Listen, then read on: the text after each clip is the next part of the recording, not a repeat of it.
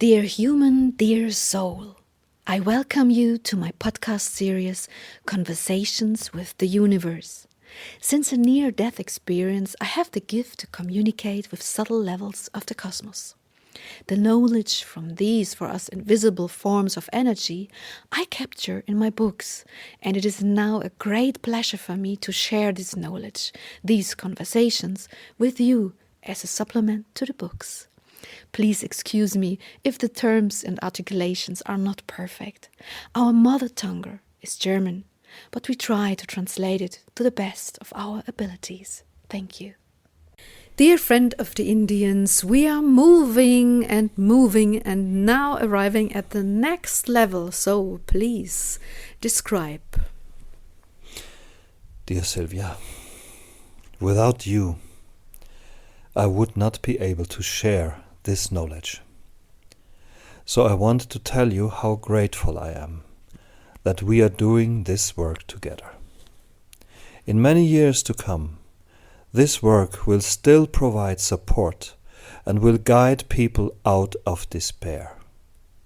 What you give them cannot be valued highly enough. Well, it's not just me, my dear. It's the two of us together. Yes, you are the one who lives this gift and materializes it. That's lovely to you to say so, my dearest friend and teacher, and it truly gives me great joy and is a great honor for me to do what we do here. And yes, my wish is that it will remain accessible to people for a long time as well. But now, let us continue in our work on the different realms of subtlety. Where would you like to direct your attention, our attention next? Please tell me. Next, I would like to visit the upper, brightly vibrating realms and worlds with you. So we are moving from the world of the deceased, from the bright world of the deceased, into the next higher frequency. Quick question, dear friend. You said that you always go back to your home frequency, but the way you are talking now, one could think that you go directly from one world or level to the deceased into the next higher frequency level. But in fact, you first return to your frequency realm and then you go to this other frequency realm, right? Right, that's correct. I do not move permanently through these other worlds, but keep returning to my home frequency in order to recharge there. At some point, I decided that I would like to visit the next higher level after the level of the deceased. Okay, please describe what that was like. It was very interesting, as it seems to be home to all the white spheres. Ah, yes, the white spheres. I remember having written about them in the book Interviews with the Entities of Abhajjania. I have also perceived some myself, but since we are all different, how do you perceive them? Please describe this for us. The white spheres are akin to a group of young children who are all very helpful. My perception could not even count the vast number of these little helping energies. Oh, then please let us examine these further. The plane of the white spheres, what does it look like? And how do you get there? Imagine this plane like some kind of big bubble. That's the best way to describe it. Unlike the souls, the spheres are not all in some kind of shapeless plane, but all arranged very close together. They are all as if in a multi-level arrangement. All the white spheres seem to be waiting while pulsating organically. Do you mean like in a kind of dome? Why a dome? Could you figure out why they are arranged like that in this particular kind of space? No. When I travel to these realms, I explore them regarding their workings and being, but do not question the circumstances of their world.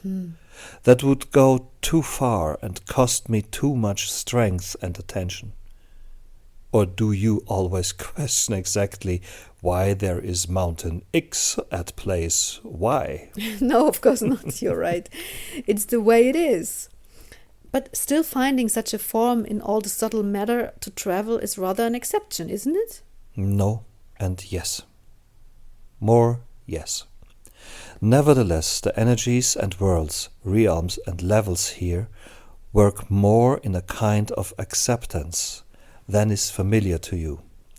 I do my research, but I am also learning to accept the respective circumstances. Yes, I understand. Back to the white spheres. We have already discussed once where they come from. I remember that they develop out of certain energy remnants that are sometimes left over in the cosmos of energies. Not out of a soul remnants, but energy remnants. They come from energy fields without individual consciousness that are more or less left over in the process of countless dying and becoming. Is that right? Right. Okay. And as far as I understand, however, the white spheres keep appearing on Earth too. But what you are describing to me is that they are all on a subtle level. What is the difference between those spheres which dwell and work in matter and those which do so on the subtle plane? If you imagine all this as connected on a wide level of the material and the subtle world, then the white spheres operate both on the material and on the subtle level. They are thus in permanent exchange, transforming and traveling through these planes. But they are everywhere. If they are everywhere, then they are only partially in the subtle plane. To what percentage are they in the subtle plane and to what percentage in the material plane? Is that somehow balanced? Yes, it is. I see. They are in equal parts on the subtle as well as on the material level. Mm-hmm. This is because they carry the chi energy, the power of the source, within themselves and carry it to all levels through their form and work. They are pulsating energy givers and purifiers from the source. Then here comes the big obvious questions. Are they angels? No, my dear. Angels are powerful energies with an individual consciousness, while the white spheres have no individual consciousness. They are like the loving force fields you take with you when you want to build a house, and they are the building blocks. They are the material, which carries matter in itself, bundles energy in itself, but still has no individual consciousness.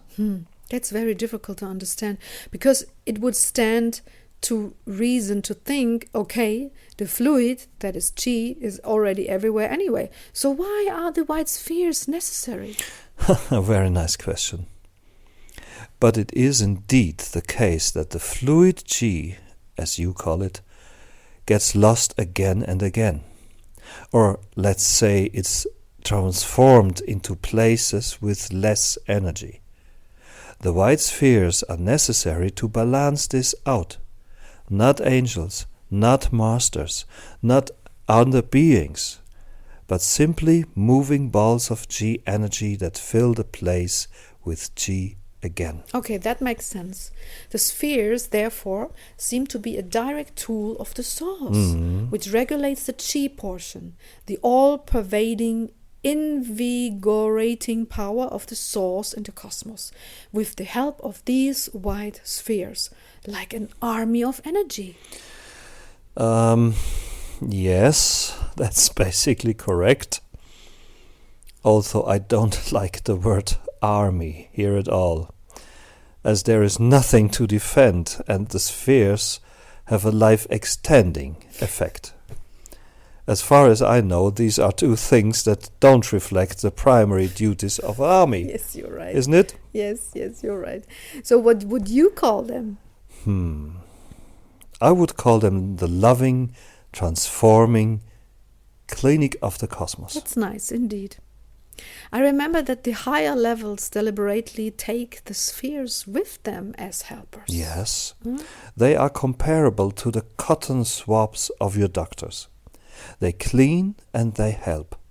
But to do so, they either need an entity that directs, calls, and guides them, or they go to places where there is an energy deficit. Were you able to walk through them on their level like you can in the realm of the souls? No. They are very strongly connected, not as loosely as souls. But you can certainly connect with their energy fields. Yes, I can connect with them and can ask some of them to come with me. And have you ever witnessed that it's like when they follow you and the work is done, when the compensation, their help is complete, do they then just go back to their level? Yes, to recharge, just like me. And do they know when the moment has come, or do they leave on their own, or do they need to be sent away? They leave on their own, and if necessary, they return to help some more and give chi. So in the end, they are a moving arm of the source to maintain the energy out of the source everywhere. Yes, if that's how you want to put it. But apart from just transmitting energy, it is their task to expand and transform energy fields. They can, if necessary and allowed, transform energies from dark, energy-less matter into bright, luminous, radiant energy. That is fascinating, but doesn't that mean that they could simply visit and heal souls that have become brittle and slow in their soul quality? No, they can't do this in the course of souls. They can only do it with different localities, the environment, as you would say, nature. Oh, really? For example, they also go where actions of human beings have caused a great deal of suffering and contamination. Let's take a war zone. The souls from this place leave it to pass to the world of the deceased. But the place itself has lost much power and energetics due to the negative destructive energies. It has been transformed. Here, the white spheres intervene to restore balance purely from an energetic point of view, and only in this place. I see. So they primarily transform places and their energetics into bright, luminous places. But I remember that the white spheres can also have an effect on people's energy fields. Yes, but they cannot transform the soul frequency. They can help to purify, help to transform, but ultimately they cannot transform the soul core as such. Each soul must do that itself. But it could ask the white spheres to help with this. Yes, but everyone must transform their own power out of their own free will and must not let others do it. Yes, I know. Do the white spheres move very fast? Oh, yes. Faster than souls? Yes. Wow. And the level which they reside is rather bright, right? Right. How can I picture this? Did you come to the plane of the white spheres because you decided to go there, or did this just happen? I had decided to do it because I knew that it existed, and I wanted to see how and where they dwell. I wanted to see their homeland. I see. And when I stepped into the plane, I perceived this mass and abundance of white spheres, but also that the area was limited by the dome. And simply being there recharges them, right? They don't have to do anything else. No. They are relatively immobile, but pulsate in a very lively manner. They radiate with joy, vitality, and love. Beautiful. The caviar of the cosmos. Not really, my dear. They are not eaten, and they are not red or black. At most, They are transparent, Sylvia. Yes, I was only joking. I remember. You once described them as actually transparent and not really white. I will attach the previous text on the white spheres at the end of this so that all the information is in one place. For all the listeners, please have a look into the book. We will not read it here. So, my dear friend, you wanted to tell us a little bit about how the white spheres behave in the course of their work in the cosmos. On the one hand, you said that they cannot change their form, but nevertheless, it seems as if they experience a certain kind of movement with their work. I'm very curious to hear what you can tell me about this. Gladly, dear. In a way, the white spheres should be considered something like the cleaning crew in your homes. I like coming up with a comparison that you understand on the material level. Yes, and as you remember, it's not that easy, but this one I can understand. And how exactly do they do that? They move to where the impurities in the cosmos happen and can be cleaned up because of their resonance. As you know, not everything can simply be cleaned up.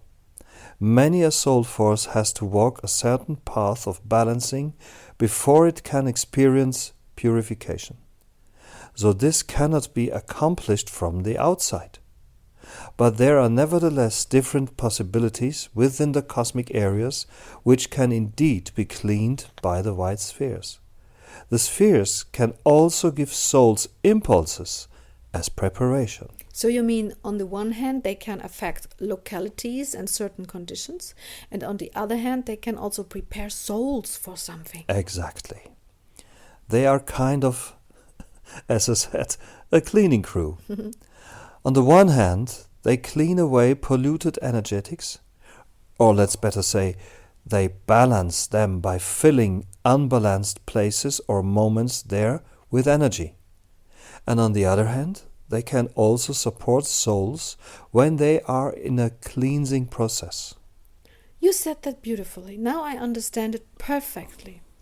And what happens then to the white spheres? When they clean up locations in the cosmos, they are very fast and nimble.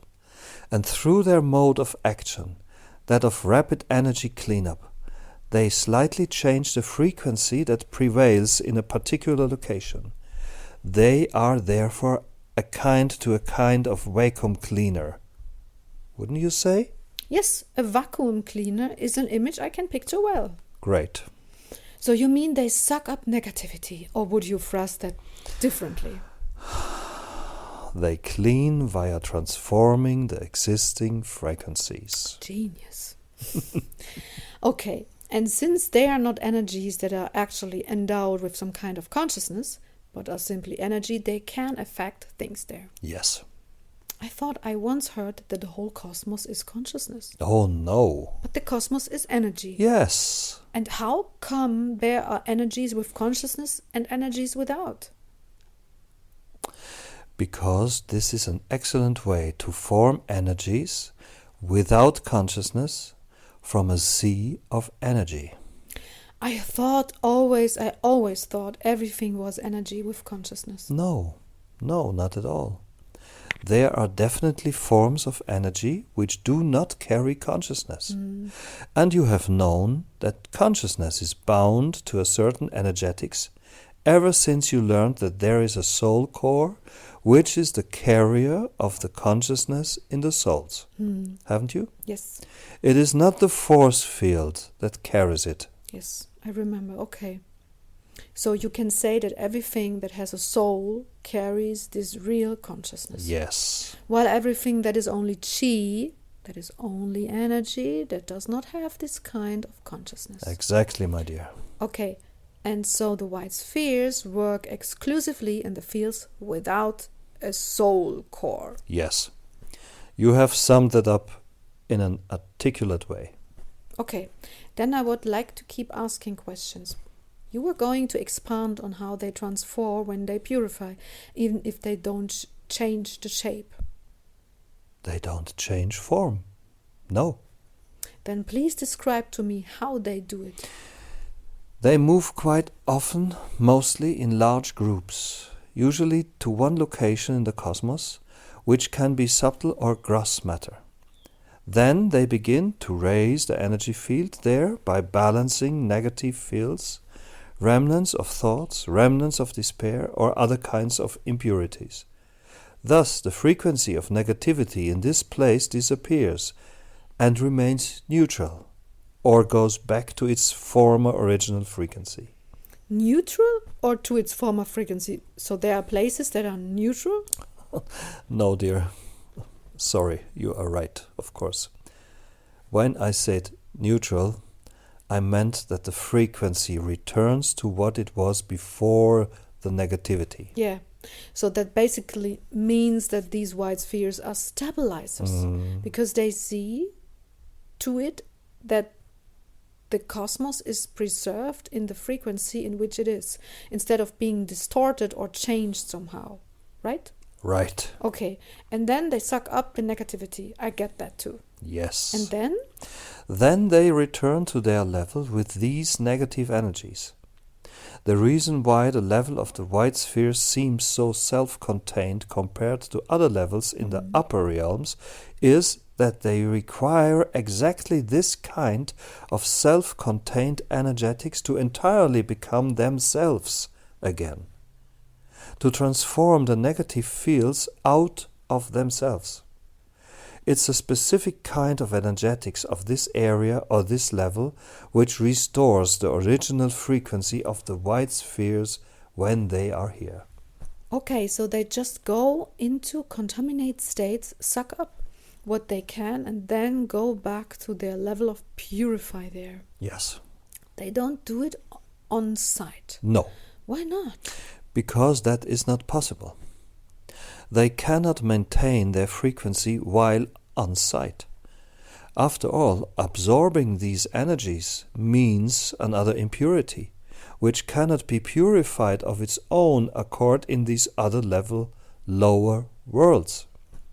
They must return to their so-called home. Only there can they take up energy again. We once talked about there being countless white spheres on Earth, that they can mainly be found in forests, and that I think they also recharge in forests, I believe. Yes, that's correct. Because this is where they find the least contaminated fields, so that they can recharge there when on Earth. But if a big contamination has happened somewhere, they have to go to the subtle levels and remain there for a while before they return to the planetary level. Ah, but that is quite different in terms of frequencies, whether they work in the magnetic field of the Earth or only the ethereal. Yes, as I said, they are not always only in their bubble of subtle matter, but they of course spend time in different localities and frequencies too. The image I associate with this is of drops with absorbed dirty grains, and then, as if in a washing machine, return to the subtle level to clean their ethereally. Yes. And they never change their shape in this process. No. Really? I don't shrink a little. They don't shrink a little? No. Okay. What about when they work on souls? I remember in Abhajjania, where I first encountered the white spheres, and they explained to me that they prepare people when they go into these energetics operations. What exactly do they do? You clean the fields in preparation for an operation to the point where this operation can be carried out in a deliberate manner. By the way, this happens with all rituals which you perform on Earth and on other planets. Whenever you call up an energy readiness and thus request and ask permission for a soul ritual, the white spheres begin to feel this readiness and go into the energy field of this soul. There, they establish a certain connection through which they can communicate with the soul. And then? As soon as they know what the intention of the soul is, they help get the energy in all fields ready. Sometimes this happens via a very small cleansing, sometimes via protection, sometimes via a transformation. However, of course, they cannot influence the core of the soul, and they can only work very finely in the force field. After all, souls cannot call the white spheres to have all their contaminated spots cleansed. Unfortunately, it is not that simple. Yes, I know. But there is at least a tool, and that is great. So whenever you achieve a state of readiness that says, I want to do ritual ABC, or I want to do meditation XYZ, the white spheres respond to the frequency of your readiness of I want and come in, if necessary, to support the whole thing. Yes. Great. And does this happen in the same way as with the localities, by absorbing energies? No. As said before, they cannot absorb negative fields from soul forces. But they can, as already mentioned, have an effect in other way. They can transform by making the soul force softer, as the person has already expressed a readiness. And they can carry out a purification of the environmental influences surrounding this soul force, as well as create a certain protection which is necessary for the ritual. That sounds a bit easier than having to transform a contaminated site. Yes, if you want to look at it that way.